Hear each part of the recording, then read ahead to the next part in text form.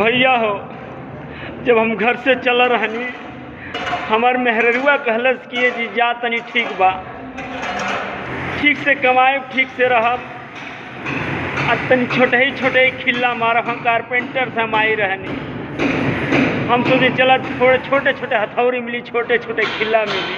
बाजू भैया हो, जवन हथौड़ी हमके मिलल बा, जवन खिल्ला मिलल बा कि जैसे लागत था कि कोनो पहाड़ पूरा तनिए देख ले, देख ली हैया हथौड़ी बा, हैया खिल्ला बा।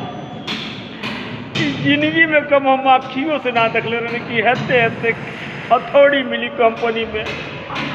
बड़ी धोखेबाज, बड़ी चुतिया बनावत हमसे भैया। ठेकेदार तो एकदम मतलब रल्ले रहता तो वैसे ही जैसे लग रहा कोनो मशीन में गन्ना हुरा जला, वही तरह हुरले रहता ना सर। खा करी भैया, भैया थौड़ी देख कि लोग कितना बड़ा ना थौड़ी मिलल बा, जैसे लागत था कि हमारा